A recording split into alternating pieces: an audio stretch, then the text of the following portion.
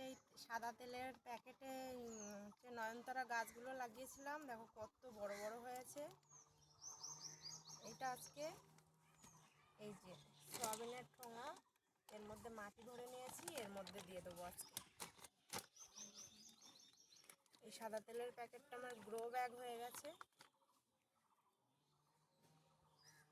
কত সুন্দর হয়েছে। এর মধ্যে শুধু নর্মালি মাটি দিয়ে নিয়েছি, কোনোরকম কোনো সার মেশাইনি। পরে আমি অল্প একটু খালি রেখে দেব, পরে আমি উপর দিয়ে সার দেব।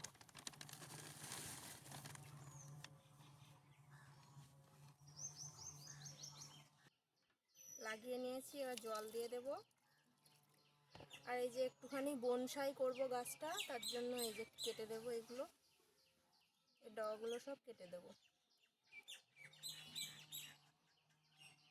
কেটে দিয়েছি। আর আমার অন্যান্য গাছগুলো এই যে জাপতে পেরেছি লাগিয়ে দিয়েছি। এটা সার্ফের ঠোঙা, এটা পাস্তার ঠোঙা, বোতল, কৌটা সব কেটে কেটে লাগিয়ে দিয়েছি। আর এইগুলো একটু বড় পাত্রে দেওয়া আছে, সেগুলো আমার ফুল আরম্ভ হয়ে গেছে দেওয়া।